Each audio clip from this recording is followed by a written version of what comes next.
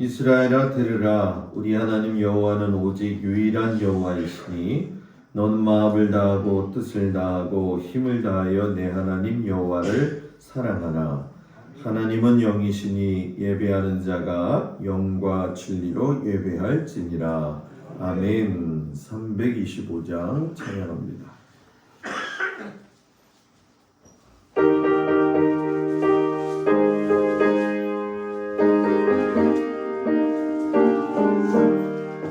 예수가 함께 시험이 오나 겁없네. 기쁨의 근원 되시는 예수를 위해 삽시다. 날마다 주를 섬기며 언제나 주를 기리고 그 사랑 안에 살면서 딴 길로 가지 맙시다. 이 세상 사는 동안에 주 이름 전파하면서 무한한 복나 주시는 예수를 위해 삽시다. 날마다 그를 섬기며 언제나 주를 기리고 그 사랑 안에 살면서 딴 길로 가지 맙시다. 이 세상 친구 없어도 예수는 나의 친구니 불의한 일을 버리고 예수를 위해 삽시다. 날마다 주를 섬기며 언제나 주를 기리고 그 사랑 안에 살면서 딴 길로 가지 맙시다. 주께서 심판하실 때 잘했다 칭찬하리니 이러한 성급 받도록 예수를 위해 삽시다.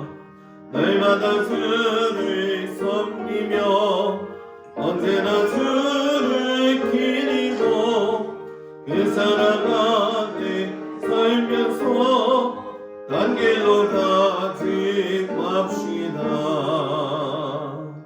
아멘. 기도하겠습니다. 하나님의 은혜와 사랑 가운데 지나간 3일 동안도 주님 지켜주심을 감사드립니다. 오늘 이 저녁 주님 앞에 나와서 하나님의 말씀을 들을 때에 우리의 마음의 문이 활짝 열려지게 하시고 이 시대에 하나님께서 원하시는 믿음의 그리스도인으로서의 삶을 감당할 수 있는 은혜 주시기를 간절히 기도하고 원합니다. 믿는 자는 많고 또 허다한데 또한 교회도 허다한데 하나님 믿음 있는 자를 보는 것이 어려운 이 시대에 저희 교회와 저희 성도들이 하나님 앞에 믿음 있는 사람들이 되기를 간절히 원합니다. 마음으로 믿어 아버지 하나님 의에 이른다 하셨사오니 아버지 그 마음속에 하나님을 받아들일 수 있는 귀한 마음을 허락하여 주시옵소서. 특별히 아버지 하나님 주님 앞에 기도하는 것은 이제 지난 주간, 이번 주간, 한 3주간 또 다음 주간까지 성도들이 연약한 모습으로 인해서 여러 가지 상황들을 하나님께서 지켜주시기를 원합니다. 몸이 아픈 성도들을 주님께서 두루두루 살펴주시고 아버지 하나님께서 치유의 손으로 인도하여 주시옵시며 쇠임을 얻게 하여 주시옵시고 또한 모든 성도들이 건강관리하면서 하나님 앞에서 아버지 하나님 주신 인생의 길을 감사함으로 갈 수 있는 저희들 모두가 되어지도록 하나님 도우시고 인도하여 주옵소서. 아버지 하나님 코로나도 정점을 향해서 달려가고 있습니다. 여러 가지 아버지 하나님 잠복되어져 있는 문제들이 많이 있지만 하나님께서 세상을 또 철에 따라 환경 따라 모든 걸 하나님이 인도해 가심을 믿고 또한 그 상황 속에서 하나님께서 이것도 또 마무리하시고 또 새 길로 인도하실 것을 저희가 믿습니다. 이 마지막 때에 하나님 믿음을 가지고 하나님 앞에 최선을 다하여서 하나님을 잘 섬길 수 있는 귀한 믿음의 백성들이 되어지도록 인도하여 주옵소서. 하나님께서 성도들의 가정과 일터를 지켜주시고 또한 자녀들을 주님 붙들어 주시옵시고 하나님 어려운 가운데 육체적으로 곤고한 자나 심령의 메마름과 어려움들 있는 성도들의 가정을 하나님 두루두루 살피시고 주님 불쌍히 여겨주셔서 주님 위로하시고 피 묻은 손으로 어루만져 주셔서 모든 성도들이 새 힘을 얻을 수 있도록 주님 도와 주시옵소서. 오늘 예배 가운데 하나님 함께 하시길 축복하면서 예수님의 이름으로 기도드렸습니다. 아멘. 하나님 말씀 보도록 합니다. 디모데후서 3장 16절에서 17절 말씀. 디모데후서 3장 16절에서 17절 말씀입니다. 말씀 다 찾으셨나요? 네, 우리 다 같이 한 목소리로 공독하겠습니다. 모든 성경은 하나님의 감동으로 된 것으로 교훈과 책망과 바르게 함과 의로 교육하기에 유익하니 이는 하나님의 사람으로 온전하게 하며 모든 선한 일을 행할 능력을 갖추게 하려 함이라. 아멘. 할렐루야. 잠깐 기도합니다. 은혜로우신 아버지 하나님, 오늘 미스바 세대에 대해서 같이 은혜 나누려고 합니다. 미스바 세대의 사무엘을 들어 쓰신 하나님을 잘 배울 수 있는 은혜 허락하여 주옵소서. 예수님 이름으로 기도합니다. 아멘. 오늘 저녁 주님 앞에 온 성도들 주의 이름으로 축복을 드립니다. 목소리가 제가 한결 나아졌죠? 네. 한결 나아졌는데 아침에는 아직도 약간 좀 헤매이고 있어요. 그래가지고 좀 고난데 우리 모든 성도들 특별히 집에서 힘들게 지금 코로나 이기고 있는 성도님들 아마 거의 다 풀리면서 다음 주쯤이면 다 회복이 될 것 같아요. 아유, 제가 아는 목사님들 전화하면 10명 중에 7명은 확진이 됐더라고요. 제가 아는 친구가 저한테 일산에 있는 유영식 목사님인데 저한테 전화가 왔더라고요. 동수야, 그래서 네, 왜 그래? 그랬더니 저한테 그러는 거예요. 너는 참 인간관계가 좋은가 봐. 그래서 왜? 그랬더니 코로나 확진 걸린 사람은 다 인간관계가 좋아서 걸리는 거래. 그러더라고요. 그래서 들으면서 고마워 그랬어요. 뭐 여기 주변에 있는 교회들 목사님들 진짜 많이 걸리셨더라고요. 근데 우리 성도들 지금 어렵게 다 이겨가고 있는데 뭐 기침이 나는 거에 어쩔 수 없는 거니까 뭐 눈초리를 이상하게 쳐다보지 마시고 어울려 가면서 이겨나가는 우리가 됐으면 좋겠습니다. 따라합시다. 성경이 인생의 답이다. 아멘. 오늘 미스바 세대에 대해서 이야기를 나누게 되었습니다. 이 미스바 세대 많이 들어보셨죠? 미스바로 모여라, 미스바로 모여라. 근데 이 오늘 말씀이 지난주에 저희가 했어야 되는데 미스바 세대가 생성되는 그 과정의 이야기가 오늘 말씀에 나와 있습니다. 우리가 잘 아는 것처럼 만나 세대가 다 죽고 난 이후에 사사 시대를 통해 가지고 하나님께서 얼마든지 이스라엘 백성들을 하나님의 주권 아래에서 다스림 받을 수 있게 하셨는데도 불구하고 엘리 제사장부터 사무엘까지 또 사무엘이 오늘 부름받아서 나중에 가게 되면 그 사무엘의 자식들도 엘리의 제사장의 아들들처럼 많은 실수를 하게 되죠. 그러면서 이스라엘 백성들이 이제 하나님 앞에 또 사무엘 앞에 나와 가지고서는 왕이 다스리는 나라가 좀 되었으면 좋겠습니다 라고 이야기를 해요. 그래서 이 왕정 시대를 우리가 살펴보시면 특색이 뭐냐면은 제사장 나라를 두고 이게 참 중요한 거예요. 원래 구약의 처음부터는 하나님이 제사장 나라 세워서 오시는 거잖아요. 레위기의 법을 통해서도 마찬가지고 그런데 이걸 변치 않고 지키시려는 하나님을 백성들이 자꾸 거부하게 되어지니까 결국은 왕이 선출되어지고 또 왕에게 하나님의 메시지를 전달해주는 선지자가 대립도 하고 협력하기도 하는 분위기로서 왕정의 500년이 지나가게 되어지죠. 아까도 말씀드렸지만 하나님께서는 우리에게 원하시는 것이 있어요. 그게 뭐냐 하면 이스라엘 백성들이 왕을 구하는 것처럼 우리도 실상 믿음 생활하지만 다 자기의 왕이 있어요. 여러분, 왕이 있어요. 목사님 제가 무슨 왕이 있다고. 왕이 다 있어요.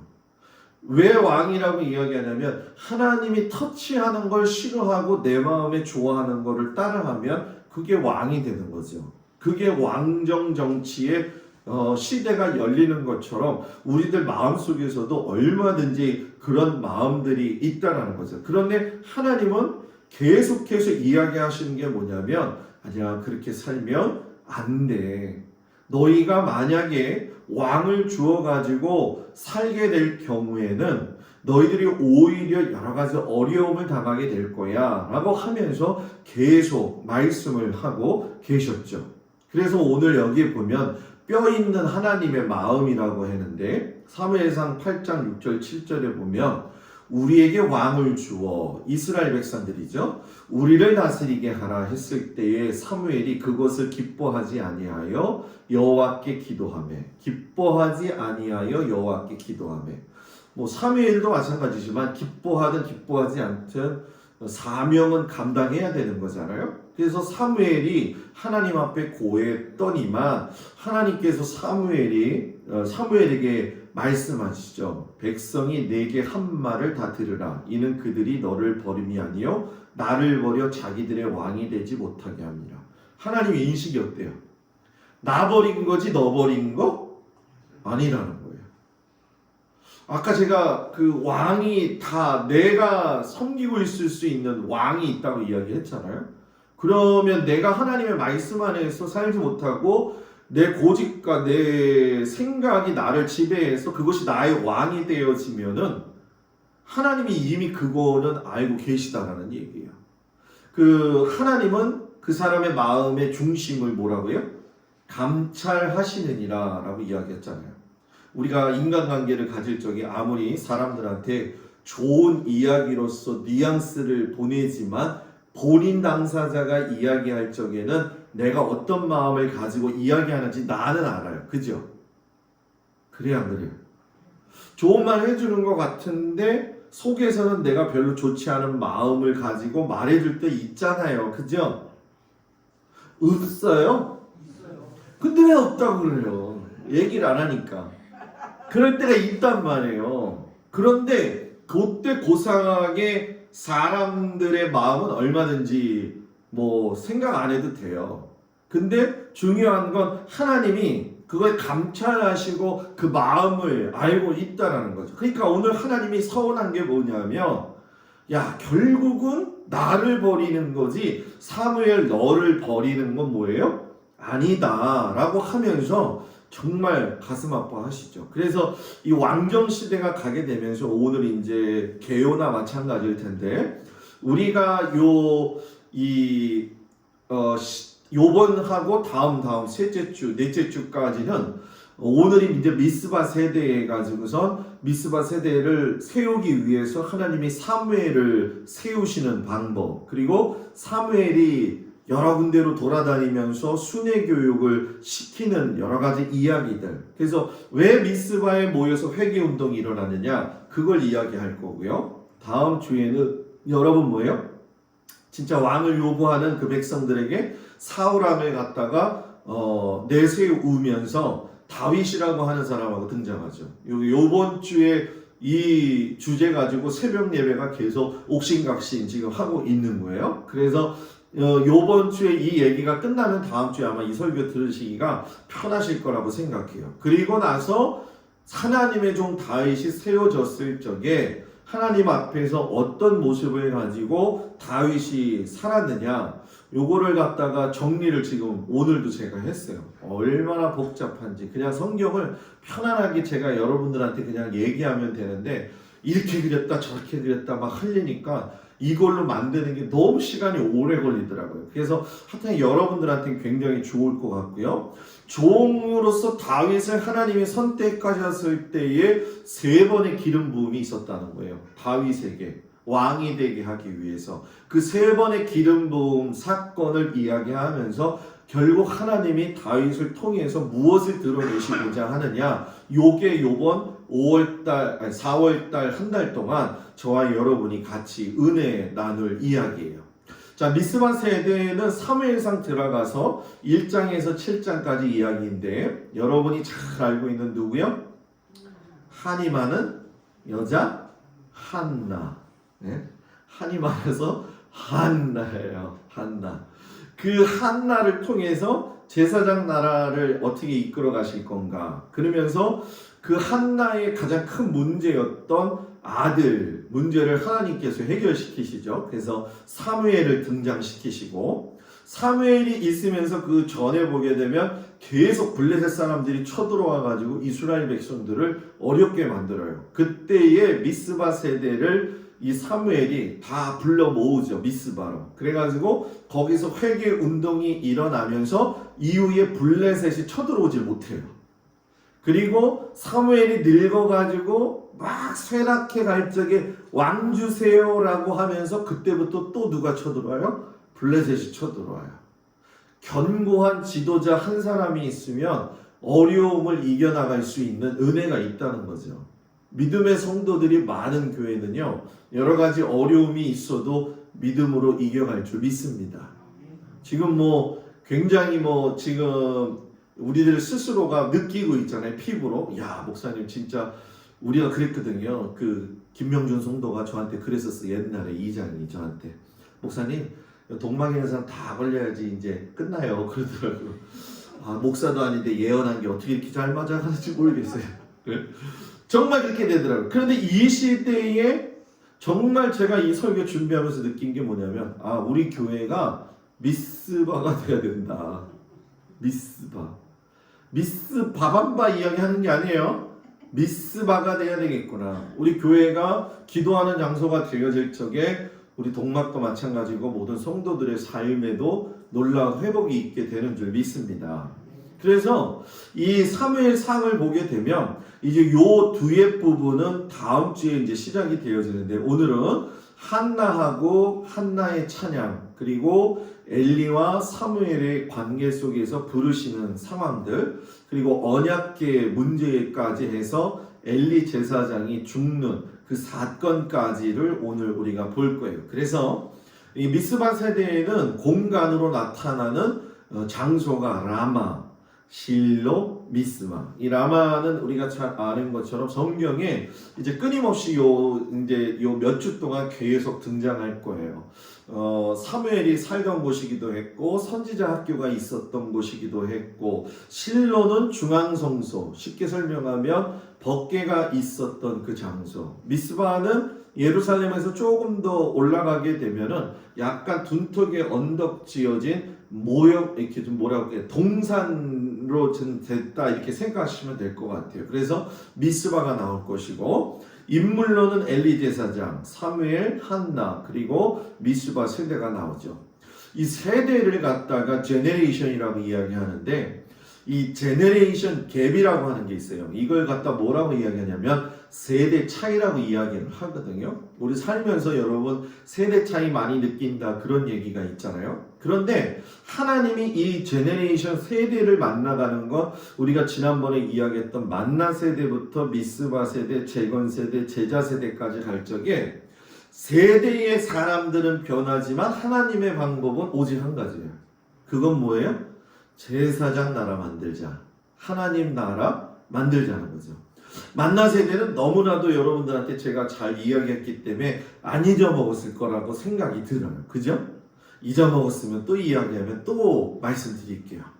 미스바 세대라고 하는 게 이제 오늘 등장하는데 이건 뭐냐면 20년 동안 사무엘로부터 제사장 나라의 교육을 다시 받아가지고 하나님 앞에 모여가지고 회개한 세대예요.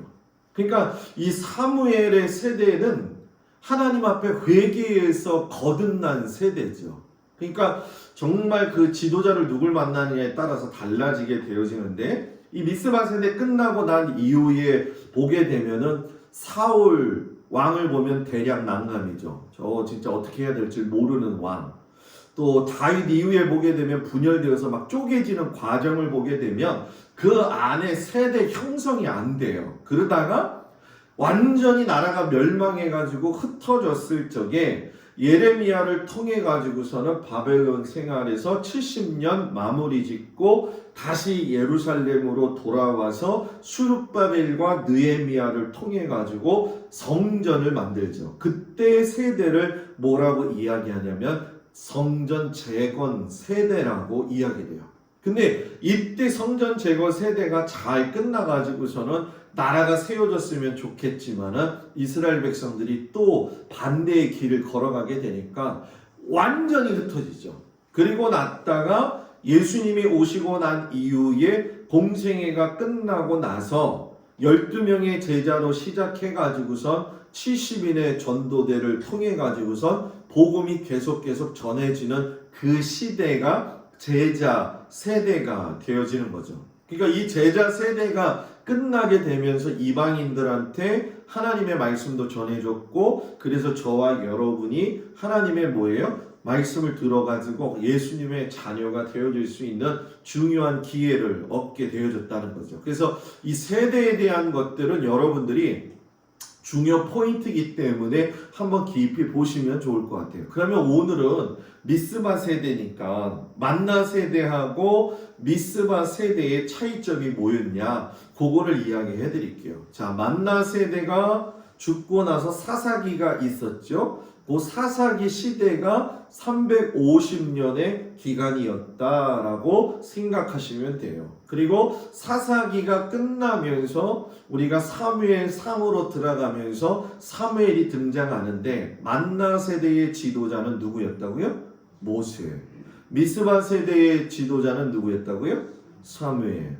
만나 세대는 광야 생활 40년 율법 교육이지만 미스바 세대는 사무엘이 20년 동안 순회 설교하면서 다시 재교육했기 때문에 20년이 어떤 의미에서는 굉장히 작은 것 같지만 여러분 충분히 돌아오기에는 합당할 수 있었어요. 근데 문제는 뭐냐 하면은 자녀들의 관리 문제 속에서 이제 조금 어긋나기 시작을 했죠. 그래서 이 만나 세대는 특징이 가나안 입성을 해가지고 제사장 나라 하나님이 원하시는 나라는 이렇게 세팅이 돼야 돼 라고 준비를 시켰다고 한다면 미스바 세대 사사기를 지나면서 제사장 나라의 효과가 어떤 상황으로 발전되어졌느냐 이거를 이야기하는 거죠. 그래서 성경을 보면서 제가 참 제 스스로도 느끼는 것 중에 한 가지가 뭐냐면 시대를 흘러갈 적에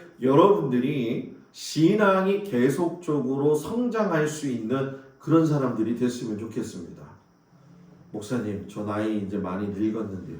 늙은 거하고 신앙 성장하는 거하고는 뭐예요? 다른 거죠. 그죠? 자, 여러분들이 이 사무엘을 보게 되죠. 엘리 제사장이에요. 한나라고 하는 여자가 이 사무엘을 데리고 와서 하나님 앞에 이제 바치는 그러한 상황을 갖다가 그린 그림이죠. 자, 한나의 준비, 사무엘을 갖다가 준비할 적에 젖을 뭐예요? 뗀 후에. 젖을 뗀 후에 됐으면 사무엘이 몇 살쯤 됐을까요? 애들 안 키워보셨어요? 3살?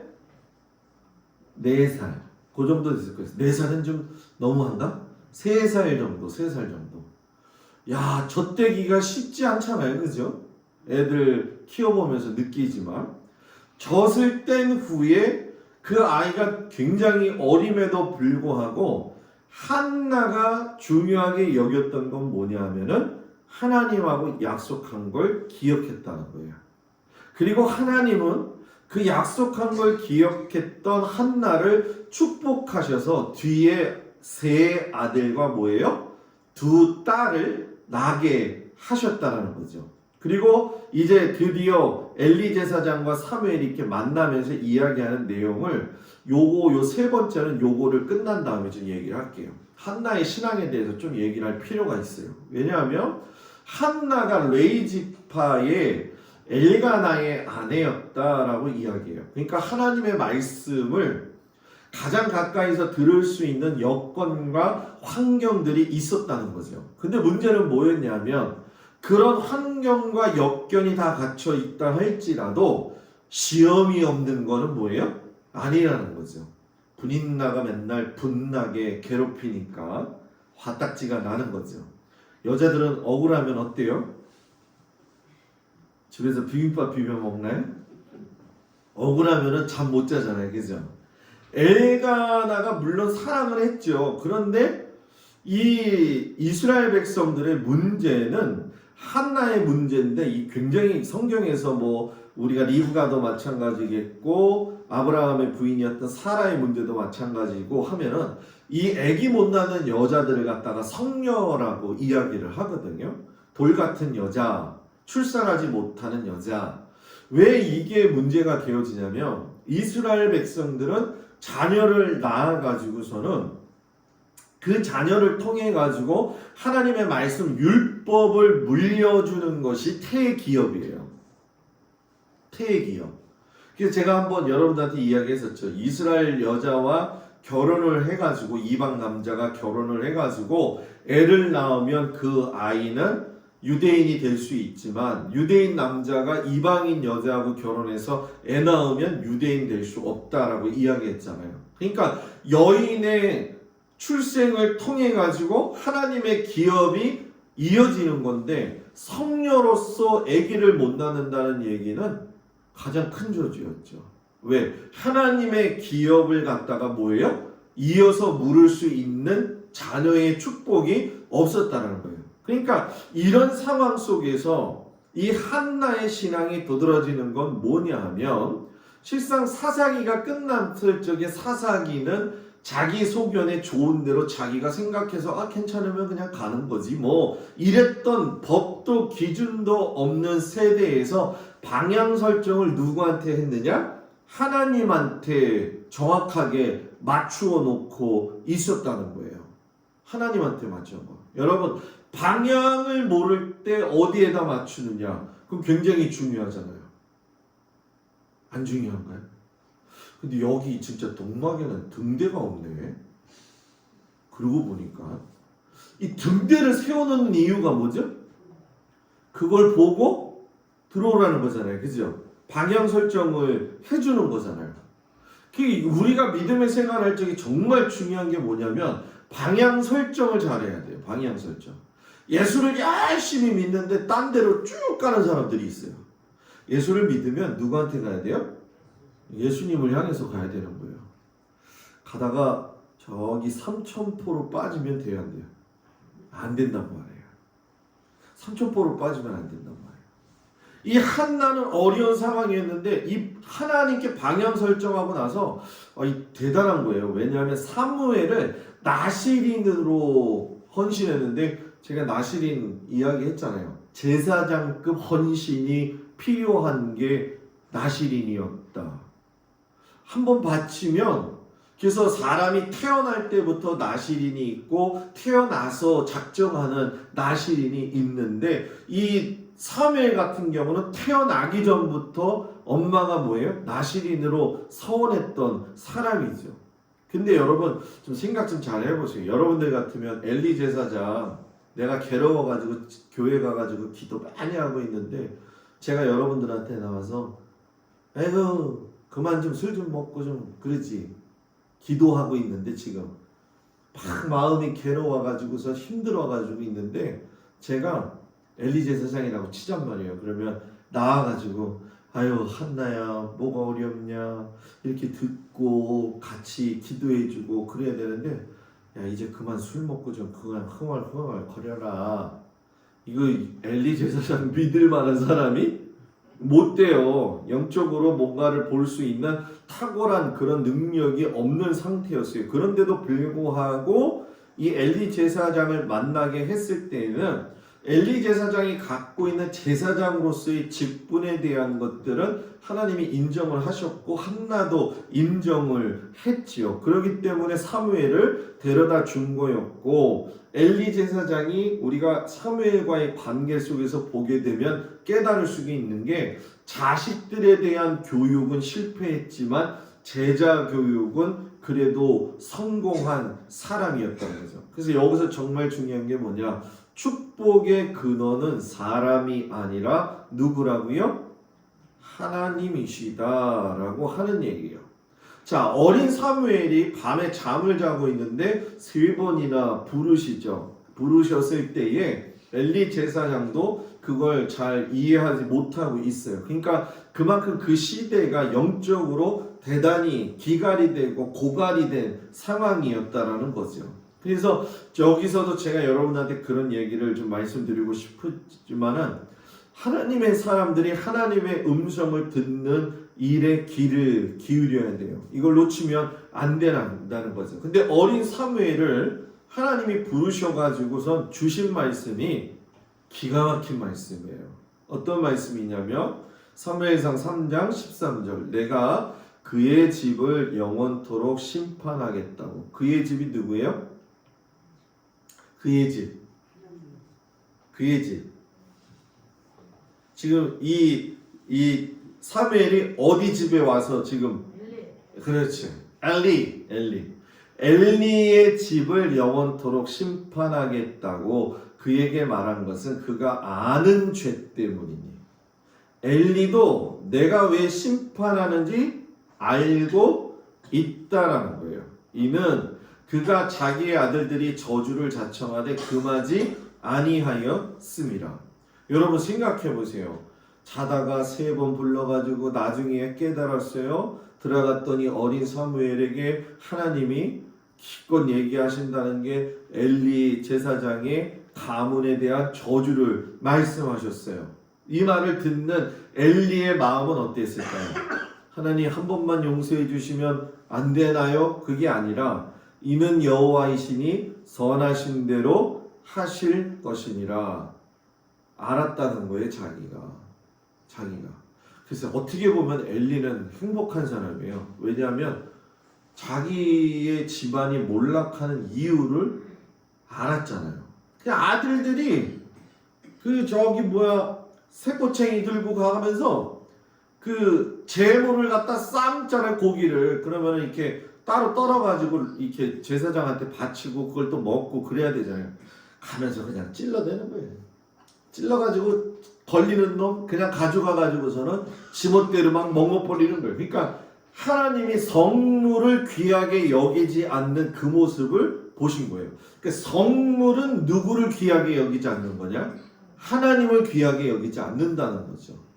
그렇기 때문에 하나님이 멸하시기로 작정을 해요. 그래서 결국은 나중에 여러분 뭐예요?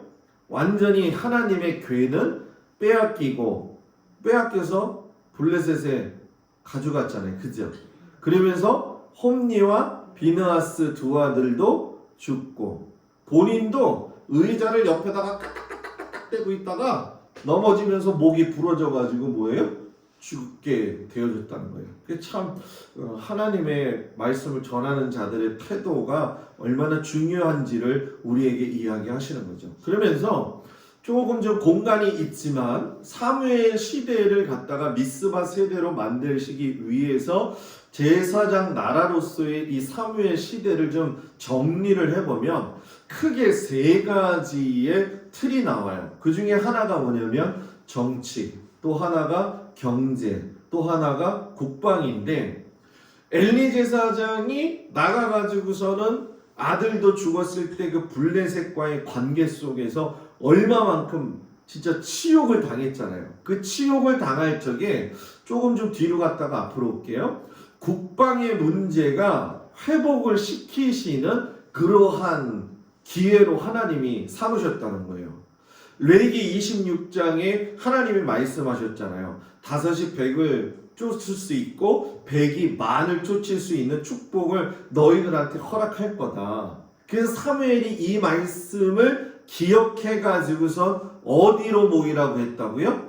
미스바로 모이라고 해가지고선 거기서 눈물 흘리고 기도하면서 블레셋이 가지고 들어왔던 모든 신상들을 버릴 적에 하나님께서 사무엘의 20년 시대를 축복하셨다는 거예요. 그리고 그 20년 시대에 제일 중요한 게 뭐냐면 정치적으로 굉장히 안정화되어 있었는데 여기서 말하는 정치라고 하는 건 뭐냐? 누구에게나 하나님의 사랑이 인정되어지는 거. 너는 약하니까 넌 필요 없어. 이게 아니라는 거죠. 누구든지 품는 거. 누구든지 내 안에 들어오는 거. 누구든지 예수 안에서 하나가 되게 하는 거. 이런 사회. 그래서 누구 걸 빼앗거나 누구 걸 갖다가 착취하거나 그런 게 아니라는 거죠. 저는 요즘 여러분들 저도 지금 그거 놓고 기도 중인데 우크라이나 사태가 요즘 어제로 해가지고서는 확 또 뒤바뀌었어요. 그죠? 왜냐하면은 과연 이 시대에 이렇게 뭐 IT 기술이 발달되어진 이 시대에 전쟁이라는 이름 하에서 사람을 그냥 그렇게 죽여버리고, 그죠? 여자들을 강간하고 아이들을 그냥 죽여버리고 땅속에 묻었다고 생각했는데 착각이에요. 하도 추웠으니까는 녹으니까는 그냥 시체들이 다 드러난 거죠. 송설나무 집사님이 SNS에다가도 어저께 이렇게 사진을 직접적으로는 올리지 않더라고요. 이렇게 옆으로 보게 해가지고 저는 올리셨는데 부차라고 하는 지역 말고도 엄청난 사람이 지금 많이 죽었다는 거예요. 여러분 그거는요. 다른 사람 마음 아프게 하면 그거는 안 됩니다. 하나님의 사람은 다른 사람 얼굴에서 눈물 쏟게 하면 돼야 안 돼요? 돼야 안 돼요? 돼야 안 돼요? 아니 자신 있게 얘기해봐요. 돼야 안 돼요? 남이 눈물에 눈물 흘리게 하면 내 눈물에? 아이, 우리 드디어 우리 집사님이 살아오셨습니다. 예? 경제 얘기 좀 해야죠. 무궁목시 아무리 진짜 하나님께서 축복을 베푸셔도 말씀 듣지 않으면 가뭄이에요. 여러분 저기 바벨론 포로식이 끝나고 나서 그 과정 속에서 보십시오. 이스라엘 여성들이 여러분 배가 고파가지고 있잖아요. 오늘은 내 애기 먹고 내일은 네 아기 먹고 너무 먹을 게 없어가지고 여러분 얼마나 끔찍한 거예요. 그런데 사무엘 시대 때에 이 사사기의 가장 큰 적은 미디안이었고 다윗과 사울의 시대 때에는 가장 큰 적이 블레셋이었잖아요. 그죠? 미디안에 의해서 어렵게 살 때에 하나님께서 수탈, 강제로 뺏어가시는 것까지 해가지고 정말 하나님의 말씀에 훈련되지 않고 복종하지 않은 결과를 보여주셨어요. 그리고 너희가 회개하고 돌아왔구나. 사무엘의 그 모습을 통해 가지고서는 어떻게 하셨어요? 회복시키셨잖아요. 그래가지고서 20년 동안 블레셋 군인들이 쳐들어오지 못했다는 거예요. 그래서 제사장 나라의 제일 중요한 게 뭐냐면 이 다섯이 백을 쫓고 백이 만을 쫓으라고 하는 거는 실상 사람의 한계에서 가지고 있는 전쟁 수행 능력을 이야기하는 게 아니에요.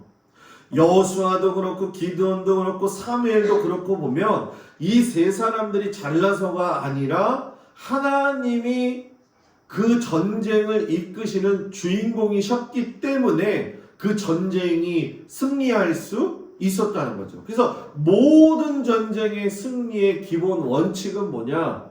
하나님 말씀에 순종할 때예요. 순종할 때예요. 그래서 여러분 우리가 이 블레셋에 대해서 좀 이야기를 좀 해봐야겠어요. 이걸 안 할까 할까 말까 고민하다가 성경에 블레셋이 너무 많이 나오잖아요. 그죠? 그래가지고 블레셋을 좀 가르쳐드려야겠다 생각이 들었어요. 블레셋이 도대체 뭐냐? 블레셋이 벨레셋이냐 플레셋이냐? 블레셋은 여러분 노아의 아들 함의 자녀 둘째 아들 미스라임에서 출생한 자녀예요. 가술림이라고 하는 그 자녀에게서 나왔는데 해양 민족이에요. 쉽게 설명하면 에게라고 이야기하는데 에게 그러면은 에게 이건 줄 아는데 하나도 안 온대. 에게 이게 아니라 여보 마음 알겠죠, 그죠?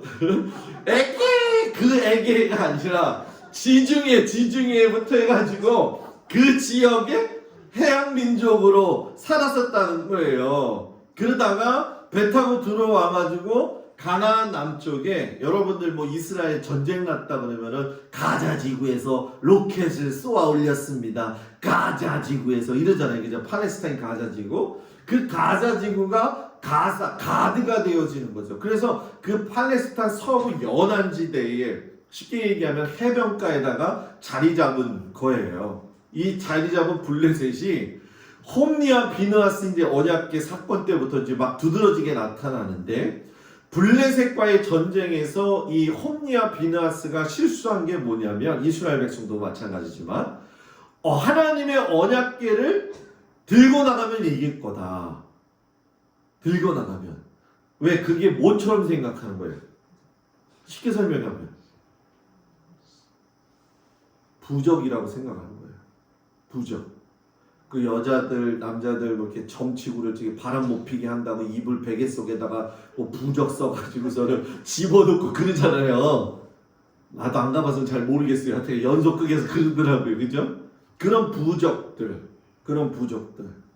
집에 이렇게 뭐 걸어놓는 장식들 속에서도 여러분들 부적 같은 거 많이 들어갔을 때 있어요. 특별히 이제 우리 한국 같은 경우에는 동남아시아 불교 이렇게 동남아시아 어디 놀러 갔다 오면서 기념품 사갖고 오잖아요. 그죠? 쫙 타고 기념품 사갖고 오는데 기념품에도 보면은 부적 같은 게 들어가 있어요. 우리가 몰라서 그런 것 뿐이죠. 실상 부적 종류가 많은데 이 하나님의 백성들이 잘못 생각한 게 뭐냐면 언약궤도 부적이 될 수 있다. 그래가지고서는 이 생각을 잘못해가지고 이 나가서 싸우다가 결국은 박살이 나는 거예요. 뭐 드릴라나 골리앗이 블레셋 후손이라는 얘기는 아시지만 이방신 다곤이 블레셋의 신이었어요. 무슨 신? 다곤하다. 뭐라고요? 다곤하다. 네? 지금 고뇌가지고 우리 권사님들 졸려서 힘들어요. 얼마나 다곤하다. 집에 가서 이 블레셋 신이 뭐라? 다곤하다. 이렇게 얘기를 하면 돼요. 다곤이라고 하는 신이었는데 그 당시에는 마찬가지였지만은 전쟁과 전쟁을 사람과 사람이 하는 걸로 생각하지 않았어요. 신과 신의 싸움이라고 생각했던 거죠. 그래서 이 다곤 신이 뭐냐면 농사와 바다의 신이면서 물고기 신인데 상반신은 사람이고 하반신은 물고기 형태의 신이에요. 그래가지고서는 사울의 갑옷하고 이런 거 다곤 시절에 다 갖다 놓았죠. 이겨가지고서 좋다고 이제 나중에 사울 나올 때도 마찬가지겠지만은 그리고 삼손도 다곤 신전에 붙들려서 기둥에 묶여 있다가 같이 이렇게 죽게 되어져 있잖아요. 사울의 머리도 삼손의 마지막도 다곤 신전에 매달아 놨었어요. 자, 이 다곤이 누구냐? 이게 참 어려운 얘기인데 좀 쉽게 얘기하는 거예요. 제가 수메르라고 하는 나라가 있어요. 근데 그것까지는 알 필요 없어요. 거기까지는 알 수가 없는데 좀 쉽게 설명하면 다곤은 지금 여러분들이 제일 이해하기에 좋은 식이 뭐냐? 인어하고 비슷하다. 뭐라고요? 인어. 그리고 요것이 그리스 신화에 갔을 적에는 바다의 신이 포세이돈이거든요. 우리 권사님 나이 드신 권사님들은 그게 뭐냐 포세이돈이 포크를 이야기하는 거냐 지금 막 고민스러울 건데 이제 이렇게 영화를 보시다 보면은 조금씩 나타날 때가 있어요. 근데 쉽게 생각하는 거예요. 다곤이 인어처럼 되고 인어가 그리스 신화에 가서 바다신 포세이돈이 되어지고 다곤을 섬기는 밀교, 쉽게 얘기하면 이단도 아닌 이방인의 가장 사악한 종교 밀교 가운데 아직도 다곤을 섬기고 있는데 다곤의 엄마를 히드라라고 이야기를 해요. 히드라. 자, 히드라. 아유, 목사님 너무 어려워요. 맞아요. 그림 보면서 얘기해요. 이게 다곤이에요. 이게 다곤신. 다곤신이죠. 사람 위에는 사람, 뒤에는 물고기. 요것이 인어로 발전이 되어지고 바다의 신 포세이돈으로 바뀌게 되어지는 거죠. 그리고 나서 이 다곤이라고 하는 신은 모든 이방인의 신은 모신, 엄마 신이 있어요. 엄마 신이 있는데 히드라가 뭐냐? 요 사람이 다곤을 섬기고 있는 밀교의 제사장인데 여기 위에다 문어를 달아놨죠. 그죠? 물고기 아까 인어였잖아요. 다곤이. 그죠? 그래서 다곤의 엄마가 문어 히드라라는 거예요. 근데 이거를 할리우드 영화에 끌고 온 게 있어요. 혹시 여러분들 보신 적 있는지? 그 캐리비안의 해적인가? 네, 거기에서 나오는 아주 흉악한 사람이잖아요. 그죠? 유령으로 나왔는 인데, 그러니까는 왜 제가 이걸 얘기하냐면 이거 잘 들어야 돼요, 여러분. 모든 이 전파 매체에는 하나님의 것을 찬양하는 것과 하나님의 것을 악하게 만드는 것들이 동시에 존재한다는 거예요. 그래서 이런 영화들을 보게 되면은 사람 머리에 잠재의식에 이게 기억날 거 아니에요. 그죠? 그럼 다곤신이 그 마음의 중심에 잠시 있다는 거죠. 그래서 지난번에 제가 여러분들한테 오커트라고 하는 거 이야기했었잖아요. 그죠? 이런 것들을 제가 아직 여러분들한테 얘기 안 하는 게 뭐냐면, 야, 우리 목사님은 너무 이상하다. 그런데 이상한 게 아니라는 거죠. 지금 그리스 로마 신화 애들이 얼마나 좋아해요. 그죠? 요즘 우리 권사님들 아시나? 저도 아직 안 먹어봤는데 포켓몬스터 빵이라고 해가지고 CU에서 나와가지고 그거 사느냐고 난리라고요. 목사님 난 몰라요. 포켓몬스터가 뭔지 빵이 뭔지. 하여튼 그런 게 있어요. 포켓몬스터 빵이라고 하는 게. 그것도 다 보게 되면 여러분 뭡니까? 그 일본 귀신의 종류들을 다 갖다가 포장해 놓은 거잖아요. 그 일본 만화 영화가 굉장히 사악한 게 뭐냐면은 전부 다 신의 이름 이런 걸 가지고 들어와 가지고서, 그래서 여러분 이따가 조금 더 이야기를 하겠지만은, 자, 넘어가 봅시다. 요건 뭐냐면 요건 올 때 할게요. 자, 이런 다곤 신들과 아세라와 또 그 아세라와 더불어 이래서 그 또 여자 신 이따가 나올 건데요. 그 여자 신을 이렇게 섬기고 있는 이스라엘 백성들에게 하나님께서, 야, 너희들 다 회개해. 그러면 내가 너희들 뭐해? 지켜줄게. 그래가지고서는 사무엘이 요 길갈, 베델, 라마 여기를 몇 년 동안 돌아다녔다고? 20년. 여기를 20년 돌아다니면서 설교만 한 거예요. 야, 너희들 하나님 앞으로 바로 서서 살아야 돼. 그래가지고 여기서 미스바 세대가 탄생을 하는 거죠. 그래서 야, 미스바로 모여라. 그러면 어디가 미스바냐? 여기가 미스바예요. 여기 미스바. 저도 갔는데 그날이 안식일이래 가지고서는 문을 닫아놨더라고. 그래서 밖에서밖에 못 봤었는데 이 미스바를 갖다가 사무엘이 불러 모았는데, 이 사무엘이 선지자 이런 뜻도 있잖아요. 그래서 선지자라고 하는 것이 히브리어로 나비 이렇게 얘기해요. 나비야, 그 나비, 나비야, 그 나비, 그 나비. 그래서 선지자 사무엘 이렇게 부르면 나비 사무엘 이렇게 부르는 거예요. 그래서 이스라엘 성직한 사람들은 도대체 왜 사무엘을 갖다가 나비라고 했는지 이해를 못 하시는 분들이 좀 있거든요. 나비 사무엘. 그냥 여러분들은 성지순례 안 갔는데도 아니까 좋죠? 예. 가면 더 좋겠지만. 예. 이런 마음에 자 보세요. 여기서 사무엘상 7장 3절 4절 사무엘이 너희가 전심으로 여호와께 돌아오려거든 이방신들과 아스다롯을 너희 중에서 제거하고 너희 마음을 여호와께로 향하여 그만을 섬기라. 너희를 블레셋 사람의 손에서 건져내시리라. 바알들과 아스다롯을 제거하고 여호와를 섬겨라. 바알 나오죠? 아스다롯 나오죠? 아까 다곤 나왔었죠? 그죠? 종류별로 지금 나오고 있습니다. 그러면서 미스바로 모여라. 내가 너희들을 위해서 하나님한테 기도 올 테니까 너희가 여기서 금식하고 하나님 앞에 죄지었다고 범죄하면 하나님께서 너희들을 갖다가 뭐예요? 다시금 살릴 것이야 하면서 미스바 세대가 우상 숭배를 멀리만 하면은 내가 너희들을 다시금 하나님의 백성으로 살려줄게. 그래서 여기서 바알, 아스다롯, 아세라 요걸 좀 이야기할게요. 오늘 하나님도 배우기 어려운데 여러 가지 신을 배우죠. 바알은 여러분 남자 신을 이야기하는 거예요. 쉽게 이야기하면은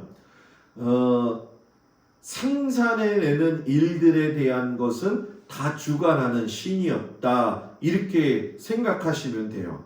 참 말하기가 좀 쑥스럽고 여기 제단에서 얘기하기가 좀 그런데 바알이 남자 신이기 때문에 비를 오게 하는 주된 신으로 여겨요. 그래서 비가 오게 되면 바알이 임했다라고 이야기해가지고서 바알의 신전에서 여사제들과 음행을 저지릅니다.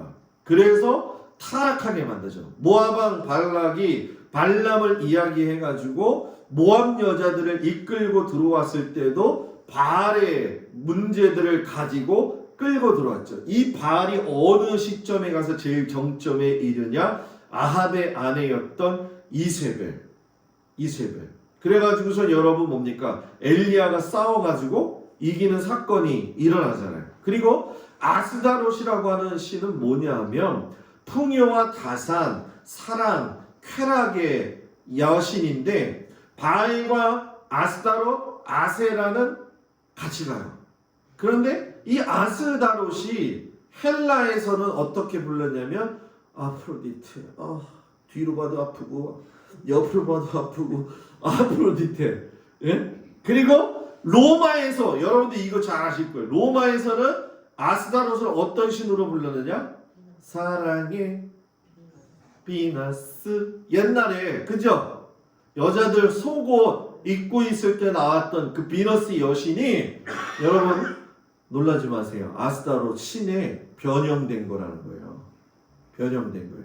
그리고 아세라는 두로의 주신인데 이 두로라고 하는 건 뭐냐면 북쪽에 있는 이방 사람들 얘기하는 거예요. 그래서 가나안 최고의 엘의 아내라고 하는데 이 엘은 태양이라고 하는 뜻이에요. 그래서 바알의 모신은 뭐예요? 엄마신. 70우상의 모신.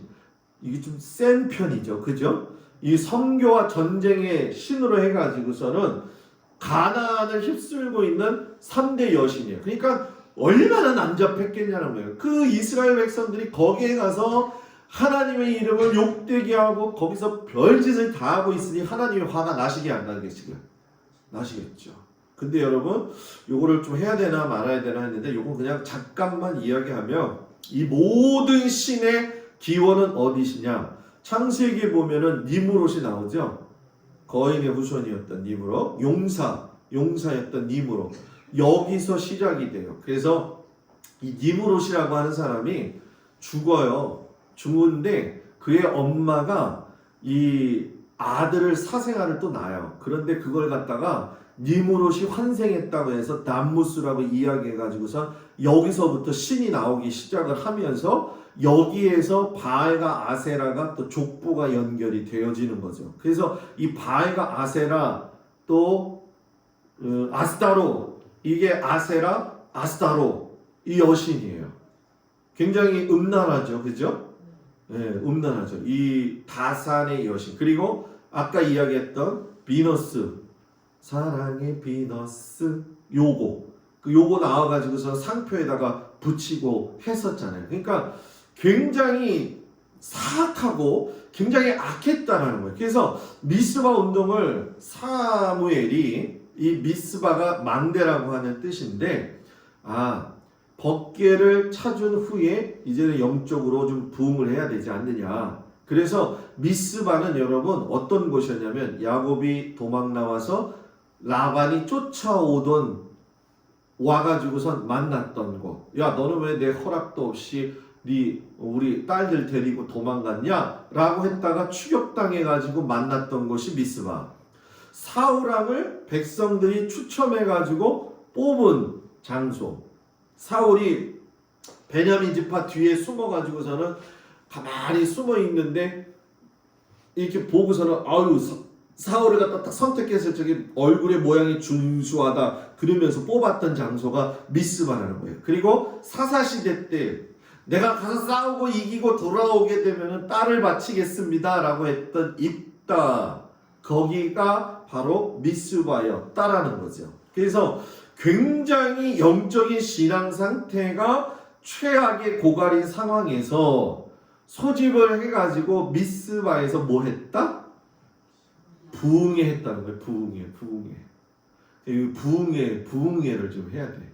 그죠? 그래요, 안 그래요? 요즘은 부흥회 하는 것도 굉장히 어려운 시대예요. 그죠? 옛날에는 부흥회 하면은 정말 다 열린저치고 가서 부흥회 했어요. 그죠? 여기도 그거 있었나요, 권사님? 큰 부. 어렸을 때. 권사님 여기 어렸을 때 안 살아서 몰라. 네? 저 어렸을 때 율목교회 가면은 북 가지고 맨날 뭐 했냐면 4개 강 같은 뼈가. 예수 이겼네, 예수 사탄을 이겼네, 이러면서 예수 이름으로. 지금은 그런데 찾아볼 수가 없죠. 부흥회 하면은 그냥 오기 싫은 거 와가지고 앉아 있어야지. 설교는 왜 이렇게 또 길게 하는 거야? 예? 그런 마음이 들 때가 있잖아요, 여러분. 그래서 저도 부흥회를 좀 인도를 했지만은 부흥회의 관건은 짧게 그리고 깊게 그리고 유머 있게 그런 지론이 있어요. 설교를 못할 거면 웃기기라도 해야 된다. 둘 중에 하나. 그거에 참 굉장히 중요한데 요즘 영적인 기가를 참 많이 느끼고 있는 시대에 우리가 똑같이 살고 있어요. 그 당시의 영적 배경과 오늘의 영적 배경도 똑같은데 하나님을 두려워하지 않다.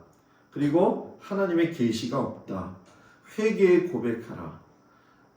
주님, 우리 죄를 용서해 주세요. 주님, 우리에게 은혜를 내려주세요. 이 고백을 잘 안 하잖아요. 우리 입술이 열려지기를 바랍니다. 결국 블레셋이 미스바에 모였다는 소식을 듣고요. 잘됐다, 이번에 다 죽여버려야지 하고 들어오다가 하늘에서 여러분 뭐예요? 번개가 우레가 막 치고 해가지고서는 거기서 몰살돼가지고 우박 맞고 해가지고서는 도망가잖아요. 그러면서 블레셋 사람들이 20년 동안을 못 쳐들어오게 되는 거예요. 그래서 보시게 되면 자 여기서 이렇게 보죠. 사무엘의 일생 실로로 해가지고 라마까지, 여기 라마가 이제 이제 사무엘이 살던 곳이다라고 생각하시면 될 거예요. 이 라마에 모여가지고 라마다임 소비미로 올라갔다, 실로로 갔다, 길갈로 갔다, 미스바에서 주된 회개 운동을 일으키면서 여기서 20년을 살게 되어지는 거죠. 그래서 말씀을 정리하면은 사무엘은 20년 동안 베델, 길갈, 미스바, 라마로 오고 가면서 사사시대 때 내 소견에 좋은 대로 행했던 것을 청산해내는 역할, 털어버리는 역할, 소멸시키는 역할을 했어요. 이거 해야 돼요. 굉장히 중요해요. 그리고 사무엘의 주대 사역이 뭐냐면 사사시대 때 여러분 잘 아시잖아요. 그죠? 뭐 레위 지파가 첫 문제로 인해 가지고 지파 간의 싸움도 일어났었죠. 에브라임 지파도 맨날 툭하면은 와가지고서는 왜 니네만 또 싸움질했느냐, 우리는 왜 부르지 않았느냐 막 했던 지파 간의 갈등을 해결해서 하나가 되게 하고, 외적의 침입이 들어오는 걸 막아내면서 율법에 적혀져 있던 여호와의 일곱절기, 안식일, 안식년, 희년, 면제년 요거를 다시금 회복시키고 제사 회복을 시켜요. 이건 여러분 정말 중요한 거예요. 요즘 말로 이야기하면 쉽게 설명하면 이거예요. 예배의 회복을 이야기하는 거예요. 예배의 회복. 이거 다 예배잖아요. 그죠? 쉽게 설명하면 이건 다 예배잖아요. 그죠? 교회가 살 수 있는 길, 성도가 살 수 있는 길은 딱 한 가지예요. 예배 회복. 뭐라고요? 예배 회복. 예배가 살 길이라는 거죠. 그래서 여러분 뭡니까? 역대하 가게 되면은 이제 사무엘 이후에 얘기하는 거예요. 선지자 사무엘 이후로 이스라엘 가운데서 유월절을 이같이 지키지 못했고, 충격적이죠? 다 세워놨는데 이 사무엘 이후로 사울도 그렇고 다윗도 그렇고 보게 되면 뜸성뜸성 이 유월절을 제대로 지키지도 않다가 요시야 왕 때에 가가지고서는 여러분 뭐예요? 한 번 또 드리게 돼요. 요시야 왕이 개혁을 하잖아요. 그래서 다시금 회복이 되어지는데 참 안타까운 게 뭐냐면 절체절명의 순간에 가서 하나님만 붙들면 되는데 안 붙든다는 거예요. 그게 너무 안타까운 거예요. 자, 이걸 요즘 말로 쉽게 얘기하면 뭐냐면 성도님들 우리가 이렇게 살아야 돼요. 하나님이 원하시는 삶은 이런 삶이에요 라고 얘기했는데도 그렇게 끝까지 안 사는 거예요. 그냥 목사님은 계속 설교하세요. 우리는 그냥 살던 대로 계속 살게요. 여러분 그렇게 하지 말고요. 하나님 앞에 돌아와야 돼요 라고 목사님이 설교하면 여러분들은 믿습니까? 그러면 아멘 하면서 뭐예요? 신앙생활 해야 된다는 거예요. 신앙생활 해야 된다는 거예요. 여러분 이렇게 신앙생활 하는 거 여기 이렇게 재미나게 끓였죠. 초막절, 칠칠절, 여호와의 절기, 5대 제사, 또 안식의 안식 이걸 다 버무려 가지고 하나님 용서, 이웃 나눔, 민족과 평화를 이룰 수 있는 한솥 공동체가 되는 게 하나님이 원하시는 교회를 향한 또 여러분들을 향한 깊은 뜻이다 라고 하는 걸 마음속에 새겨두시고 오늘 말씀 속에서 다른 거 다 잊어먹어도 하나는 잊어먹지 말아요. 미스바라고 하는 단어. 미스바. 아까 다 이것만 또 집에 가서 생각나지 마시고 다 가서 집에 가서 오늘 설교 뭐 들었어? 다 이거 하지 말고 오늘 설교의 키포인트는 미스바. 회개하면 하나님이 살려주신다. 회개하면 하나님이 세워주신다. 아멘. 여러분 저와 그렇게 살기를 축복합니다. 기도합니다. 은혜로우신 아버지 하나님, 우리의 마음과 우리의 생각이 하나님 앞에서 온전한 모습으로 세워질 수 있도록 은혜 내리어 주옵소서. 예수님 이름으로 기도합니다. 아멘. 할렐루야. 옆 사람하고 인사합니다. 샬롬. 오늘 저녁 주님 앞에 온 성도들 축복합니다.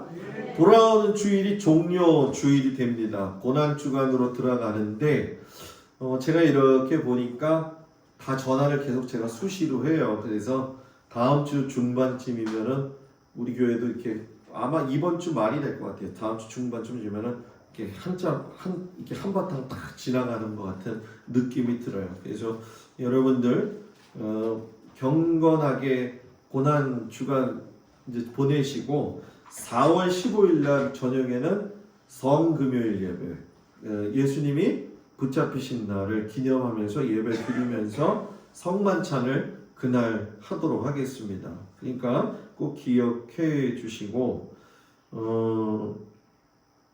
그리고 제가 내일 모레 이렇게 다음 주까지 이렇게 해서 쭉 돌아다니면서 교회를 좀 붙이도록 하겠습니다. 그러니까 여러분들 기억을 해주시고 부활날은 속회별로 봉헌해가지고 이번에 동막리 전체하고 나눔 갖는다는 거 꼭 기억을 해주시기를 부탁을 드립니다. 다 같이 주기도문으로 우리 예배를 마칩니다. 하늘에 계신 우리 아버지여, 이름이 거룩히 여김을 받으시오며 나라의 마옵시며 뜻이 하늘에서 이루어진 것 같이 땅에서도 이루어지이다. 오늘날 우리에게 일용할 양식을 주옵시고 우리가 우리에게 죄 지은 자를 사하여 준 것 같이 우리 죄를 사하여 주옵시고 우리를 시험에 들지 말게 하옵시며 다만 악에서 구하옵소서. 나라와 권세와 영광이 아버지께 영원히 있사옵나이다. 아멘.